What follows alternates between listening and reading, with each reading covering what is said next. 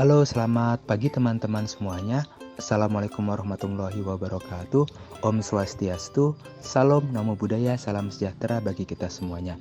Oke, perkenalkan kami dari kelompok 4 akan membawakan topik ke-13 yaitu Inflation Targeting Framework, konsep dan penetapannya di Indonesia. Akan tapi sebelum itu izinkan saya untuk memperkenalkan teman-teman saya yang akan mempresentasikan materi ini. Yaitu pertama ada Anak Agung Sagung Indah Rosita Dewi dengan NIM akhir 130. Selanjutnya Niko Mangnanda Dinanda Pandey dengan NIM akhir 139 dan saya sendiri Bimo Dwi Nur Ramadan Sukadi dengan NIM akhir 063. Oke, selanjutnya akan dilanjutkan oleh teman. Perkenalkan, nama saya Anak Agung Sagung Indah Rosita Dewi, nomor absen 12. Di sini saya akan menjelaskan materi yang pertama yaitu Kerangka Kerja Kelembagaan Inflation Targeting Framework. Kerangka kerja kelembagaan Inflation Targeting Framework mengacu kepada 3 aspek yang saling berkaitan, yaitu yang pertama aspek hukum dan pendelegasian wewenang atau independensi, yang kedua kerangka analisis dan proses pengambilan keputusan atau kebijakan, yaitu akuntabilitas, dan yang ketiga transparansi dan komunikasi kebijakan. Pencapaian aspek hukum dan pendelegasian wewenang terlihat dari status Bank Indonesia sebagai Bank Sentral Republik Indonesia yang mempunyai status dan kedudukan sebagai suatu lembaga negara yang independen. Ketentuan ini tertuang dalam Undang-Undang Nomor 6 Tahun 2009 tentang Bank Indonesia. Bank Indonesia memiliki hak untuk memutuskan segala hal yang berkaitan dengan kebijakan moneter dan kestabilan harga sebagaimana disebutkan dalam undang-undang. Namun, penetapan sasaran inflasi tidak dapat dilakukan secara langsung, namun harus dilakukan setelah berkoordinasi dengan pemerintah. Dalam kaitannya dengan kategori aspek independensi, Bank Indonesia memiliki kontrol terhadap instrumen-instrumen yang mempengaruhi proses inflasi, dengan tetap mempertimbangkan dampak bagi perkembangan ekonomi secara keseluruhan. Pendelegasian wewenang yang menjadi aspek pertama dari kerangka kerja kelembagaan dalam mengendalikan kebijakan moneter tentunya harus dibarengi dengan akuntabilitas yang baik yang dilakukan oleh Bank Indonesia kepada lembaga-lembaga yang dipilih oleh rakyat secara demokratis atau yang melibatkan suara masyarakat. Hal ini dilakukan sebagai bentuk penjaminan bahwa kebijakan moneter yang ditetapkan oleh Bank Sentral sejalan dengan keinginan masyarakat secara umum, dan agar seluruh pihak yang berkepentingan dapat ikut melakukan pengawasan terhadap setiap langkah kebijakan yang ditempuh oleh Bank Indonesia. Aspek akuntabilitas dapat dilihat pada proses pengambilan keputusan itu sendiri. Proses pengambilan keputusan kebijakan moneter dilakukan dalam rapat Dewan Gubernur atau RDG yang dilakukan secara reguler dan dilaksanakan sebagai forum tertinggi dalam proses perumusan kebijakan moneter di Bank Indonesia. Di mana sebelum rapat Dewan Gubernur ini telah dilakukan proses pembahasan kebijakan yang dilakukan secara berjenjang, yaitu di tahap awal dibahas pada tingkat direktoral di Bank Indonesia, kemudian dilanjutkan pembahasan di forum Komite Evaluasi Kebijakan Moneter, dan kemudian disampaikan ke Dewan Gubernur. Hasil dari analisis, diskusi, dan proses tersebut diarahkan dalam bentuk ITF atau Inflation Targeting Framework. Informasi terkait kebijakan moneter atau keputusan yang diambil oleh Bank Indonesia disampaikan langsung kepada masyarakat luas melalui media massa pada setiap awal tahun. Informasi tersebut juga disampaikan kepada Presiden dan DPR secara tertulis. Selain itu, Bank Indonesia juga melaporkan bentuk laporan perkembangan pelaksanaan tugas dan wewenangnya setiap triwulan atau sewaktu-waktu bila diminta oleh DPR. Dari aspek transparansi, terlihat pada kewajiban Bank Indonesia untuk menyampaikan pertanggungjawaban atas pelaksanaan tugasnya kepada DPR yang sebelumnya lebih ditekankan kepada masyarakat dalam arti luas. Hal ini diatur dalam Pasal 58 Undang-Undang Nomor 3 Tahun 2004. Laporan ini memuat pelaksanaan tugas dan wewenang pada tahun sebelumnya, serta rencana kebijakan, penetapan sasaran, dan langkah-langkah pelaksanaan dan wewenang Bank Indonesia untuk tahun yang akan datang dengan memperhatikan perkembangan laju inflasi serta kondisi ekonomi dan keuangan. Pelaporan ini dilakukan setiap awal tahun dan setiap triwulan sebagai bentuk bahan penilaian terhadap kinerja Dewan Gubernur dan Bank Indonesia. Selain laporan ini, Bank Indonesia juga mengumumkan sasaran inflasi dan arah kebijakan moneter yang akan ditempuh dalam tahun mendatang.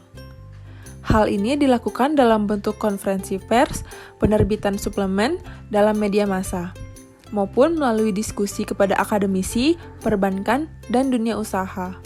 Kemudian, terkait komunikasi, Bank Indonesia melakukan penyampaian materi komunikasi terkait kebijakan moneter kepada masyarakat dengan memperhatikan keinginan dan kebutuhan dari masing-masing publik. Adapun prinsip-prinsip komunikasi yang digunakan berkaitan dengan prinsip transparansi, prediktabilitas, serta komprehensif. Pada prinsip transparansi, Bank Indonesia perlu memberikan informasi yang penting dan dibutuhkan publik sesuai dengan ketepatan waktu dan berlandaskan pada kejujuran. Pada prinsip prediktabilitas, komunikasi tersebut mampu mewujudkan sebuah sistem komunikasi di mana kebijakan moneter mampu mempengaruhi ekspektasi publik dan diantisipasi pada perilaku publik tanpa menimbulkan gejolak di pasar keuangan. Dan dari prinsip komprehensif, komunikasi juga diharapkan mampu melayani berbagai jenis publik dengan informasi yang tepat, menggunakan bahasa yang jelas, mudah dipahami, dan memiliki argumentasi yang baik sesuai dengan kebutuhan. Perkenalkan, nama saya Niko Magnanda Denada Pande dengan NIM akhir 139 absen 13 akan melanjutkan presentasi dari teman saya. Selanjutnya yaitu kerangka kerja operasional Inflation Targeting Framework atau ITF. Untuk mengetahui bagaimana suatu kebijakan moneter dilaksanakan, maka perlu dipahami tentang kerangka operasional kebijakan moneter yang pada umumnya mencakup instrumen, sasaran operasional, dan sasaran antara yang dipergunakan untuk mencapai sasaran akhir yang telah ditetapkan. Kerangka operasional kebijakan moneter di Indonesia selama dalam program IMF atau International Monetary Fund hingga bulan Oktober 2003 pada dasarnya menggunakan uang primer sebagai sasaran operasional. Dengan kata lain, kerangka operasional kebijakan moneter yang ditetapkan masih dipengaruhi oleh strategi penargetan besaran moneter. Meskipun demikian, sejalan dengan diberlakukannya Undang-Undang Nomor 23 Tahun 1999 tentang Bank Indonesia, sebagaimana telah diubah terakhir dengan Undang-Undang Nomor 6 Tahun 2009, kebijakan moneter yang dilakukan diarahkan untuk mencapai sasaran inflasi yang ditetapkan dan diumumkan kepada publik. Nah, hal itu berarti bahwa sejak tahun 2000, Bank Indonesia pada dasarnya telah mulai menerapkan kerangka kebijakan moneter yang dikenal dengan sebutan penargetan inflasi atau Inflation Targeting Framework, meskipun belum sepenuhnya, atau sering disebut sebagai Inflation Targeting Light. Pada bagian ini akan dijelaskan kerangka operasional kebijakan moneter berdasarkan penargetan inflasi dengan sasaran operasional uang primer. Dengan pengendalian uang primer sebagai sasaran operasional, jumlah uang beredar di masyarakat dapat dipengaruhi agar sejalan dengan sasaran akhir kebijakan moneter berupa kestabilan harga atau inflasi. Di samping merupakan kesepakatan antara pemerintah dan IMF dalam Letter of Intent, penggunaan sasaran operasional uang primer tersebut dilakukan dengan beberapa pertimbangan. Yang pertama, dalam kondisi ekonomi dan keuangan yang sedang mengalami berbagai perubahan struktural seperti di Indonesia, Bank Indonesia perlu memegang salah satu indikator yang paling dapat dikendalikan, yaitu uang primer. Kedua, meskipun masih terdapat ketidakpastian mengenai jalur mana yang paling kuat dalam mentransmisikan kebijakan moneter di Indonesia, perkembangan uang primer masih mempunyai pengaruh yang cukup signifikan terhadap perkembangan uang beredar, pertumbuhan ekonomi, dan inflasi. Instrumen moneter utama yang diperlukan Bank Indonesia untuk mempengaruhi sasaran operasional tersebut adalah operasi pasar terbuka atau OPT, di samping instrumen lain seperti fasilitas diskonto, giro wajib minimum atau GWM, ataupun imbauan. Instrumen OPT melalui lelang surat-surat berharga yang ditunjukkan untuk menambah atau mengurangi likuiditas di pasar uang dan untuk mencapai sasaran operasional uang primer yang telah ditetapkan. Sementara itu, fasilitas diskonto adalah fasilitas kredit yang diberikan kepada bank-bank dengan tingkat diskonto yang ditetapkan oleh Bank Indonesia. GWM merupakan jumlah alat likuid minimum yang wajib dipelihara oleh bank dalam rekening gironya di Bank Indonesia. Selanjutnya yaitu imbauan digunakan oleh Bank Indonesia dengan tujuan agar semua bank dapat mengikuti langkah kebijakan moneter yang diinginkan Bank Indonesia. Dalam pelaksanaannya, proses operasional pengendalian moneter diawali dengan penyusunan program moneter dengan menetapkan sasaran uang primer yaitu tahunan, triwulanan, bulanan, dan mingguan, sesuai dengan kebutuhan likuiditas perekonomian yang diperkirakan berdasarkan proyeksi, inflasi, pertumbuhan ekonomi, dan variabel lainnya. Dengan demikian, OPT yang dilakukan dengan lelang SBI secara mingguan diarahkan untuk mencapai sasaran uang primer yang sudah ditetapkan.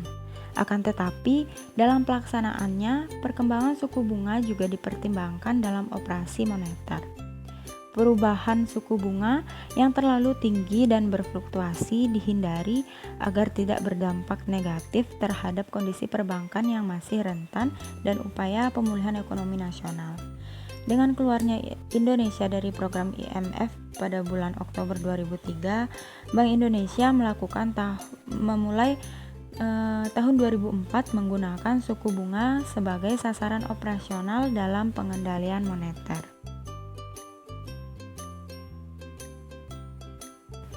Oke, di sini saya akan membahas perkembangan inflation strategy framework selama ini. Kebijakan moneter yang diambil dalam kurun waktu 1999 hingga 2004 lebih menekankan pada penggunaan inflation targeting rate atau biasa disebut ITL, di mana dalam hal ini kebijakan moneter prudensial lebih ditekankan dengan mengendalikan jumlah uang yang beredar dalam perekonomian melalui pencapaian sasaran operasional uang primer yang ditetapkan sesuai dengan program yang disepakati antara pemerintah dan IMF. Hal ini berkaitan erat dengan diterbitkannya Undang-Undang Nomor 23 Tahun 1999 tentang Bank Indonesia, di mana Bank Indonesia sebagai otoritas moneter menentukan sendiri sasaran inflasi yang akan dilaksanakan. Di jangka waktu tahun ini, Bank Indonesia membentuk satu tim dalam rangka koordinasi untuk penetapan sasaran, pemantauan, dan pengendalian inflasi di Indonesia. Tim ini bertugas memberikan usulan sasaran inflasi jangka menengah yang akan digunakan sebagai rujukan bagi pencapaian sasaran inflasi yang rendah dan stabil dalam jangka panjang. Selain itu, tim ini juga melakukan monitoring dengan memberikan peringatan awal kepada otoritas dan juga mengatur mekanisme pengendalian jika pelaksanaan target inflasi menyimpang dari target yang telah ditentukan. Selanjutnya, pada tahun 2005 hingga 2009, pemerintah secara resmi menggunakan kerangka kerja Full Fledged Inflation Targeting dengan sasaran operasional BI Rate.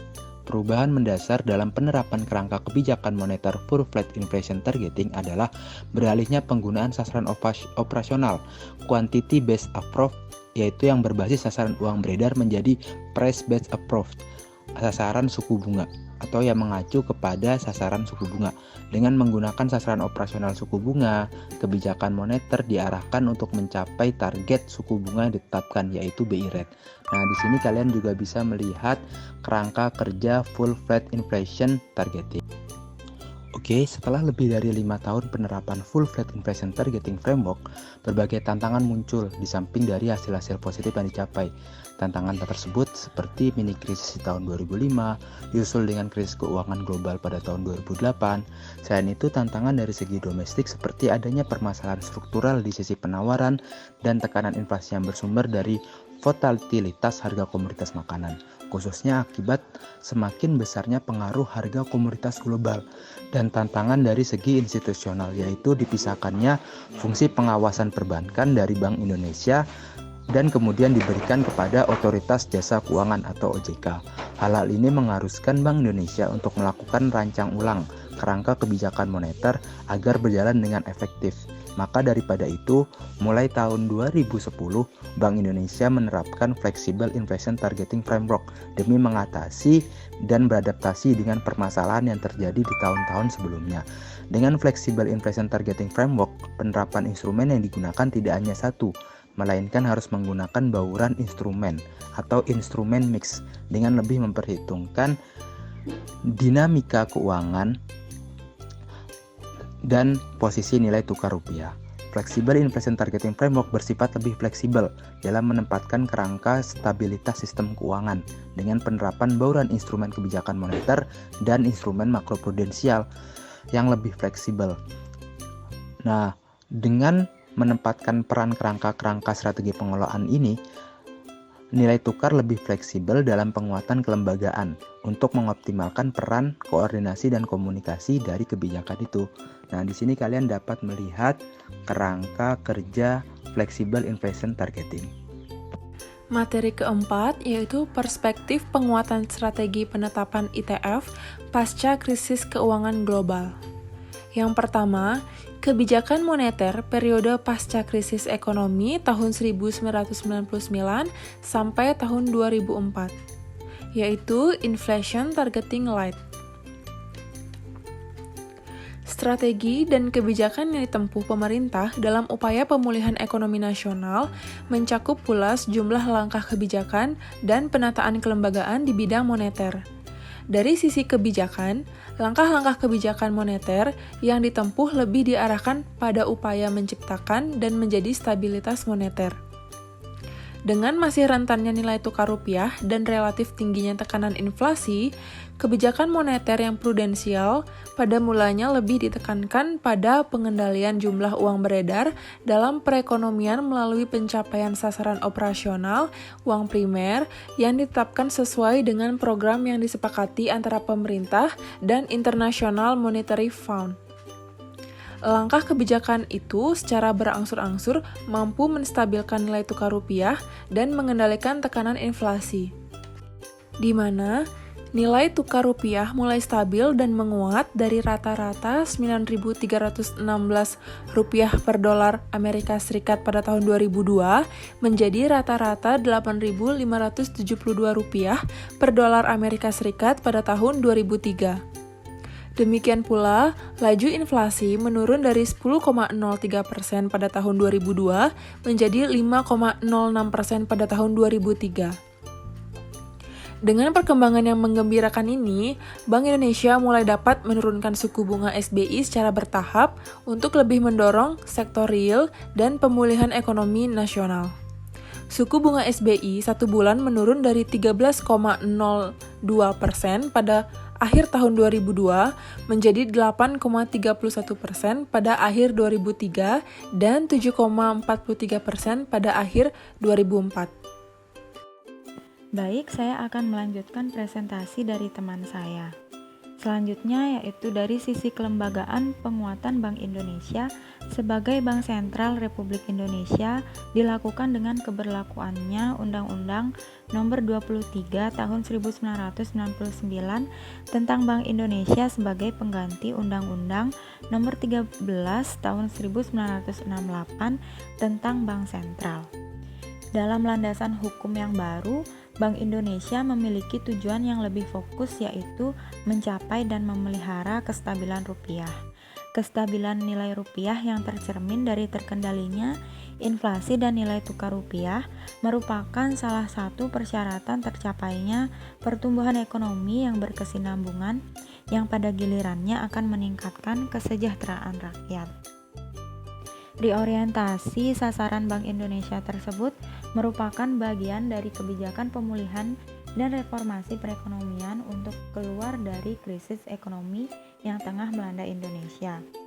Hal itu sekaligus meletakkan landasan yang kukuh bagi pelaksanaan dan pengembangan perekonomian Indonesia di tengah-tengah perekonomian dunia yang semakin kompetitif dan terintegrasi.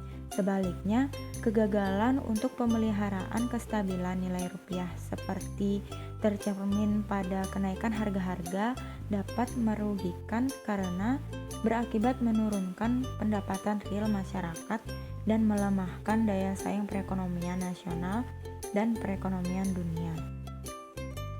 Untuk mencapai tujuan tersebut, Bank Indonesia melaksanakan 3 tugas pokok, yaitu yang pertama, menetapkan dan melaksanakan kebijakan moneter. Yang kedua, mengatur dan menjaga kelancaran sistem pembayaran. Dan yang ketiga, mengatur dan mengawasi sistem perbankan. Pada dasarnya, pelaksanaan ketiga tugas itu mempunyai keterkaitan erat dalam upaya pencapaian kestabilan nilai rupiah. Misalnya, efektivitas pelaksanaan tugas kebijakan moneter memerlukan dukungan sistem pembayaran yang efisien, cepat, aman, dan andal. Sementara itu, sistem pembayaran yang efisien, cepat, aman, dan andal tersebut juga tergantung pada sistem perbankan yang sehat.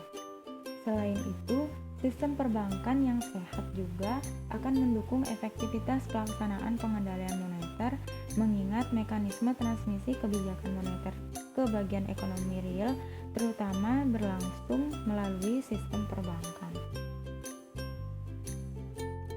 Selanjutnya, dalam menetapkan dan melaksanakan kebijakan moneter, Bank Indonesia mempunyai wewenang untuk menetapkan sasaran-sasaran moneter dan melakukan pengendalian moneter dengan cara, yaitu yang pertama, operasi pasar terbuka, yang kedua, penetapan tingkat diskonto, yang ketiga, penetapan cadangan wajib minimum, dan yang terakhir, pengaturan kredit atau pembiayaan. Nah, terkait dengan hal tersebut, efektivitas pelaksanaan kebijakan moneter sangat tergantung pada sistem nilai tukar dan sistem devisa yang dipilih. Untuk itu, Bank Indonesia diberikan kewenangan untuk melaksanakan kebijakan nilai tukar dan pengelolaan cadangan devisa sesuai dengan nilai tukar dan sistem devisa yang ditetapkan sejalan dengan tujuan kebijakan moneter dalam rangka mendukung kesinambungan pelaksanaan pembangunan ekonomi. Baik, presentasi selanjutnya akan dilanjutkan oleh teman saya. Terima kasih. Penerapan Flexible Inflation Targeting Framework atau FITF di Indonesia. Setelah lebih dari 5 tahun penerapan Full Fledged Inflation Targeting Framework, beberapa hal positif yang telah dicapai antara lain dalam hal penetapan dan pengumuman sasaran inflasi, penataan kerangka kerja kelembagaan operasional, koordinasi kebijakan dan kualitas analisis dan riset kebijakan. Selain itu terdapat perbaikan aspek fundamental yang bersifat substantif yang membedakan manfaat keberadaan ITF dengan kerangka kerja kebijakan yang lain, yaitu adanya penguatan institusional dalam pengambilan kebijakan moneter, kejelasan sinyal kebijakan, dan peningkatan kredibilitas kebijakan.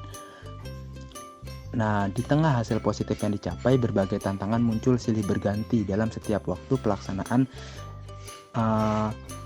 Full-Fledged ITF ini. Tantangan tersebut diawali dengan terjadinya mini krisis pada tahun 2005, selanjutnya disusul dengan krisis global pada tahun 2008, dan diikuti dengan derasnya arus modal masuk pasca krisis keuangan global tersebut.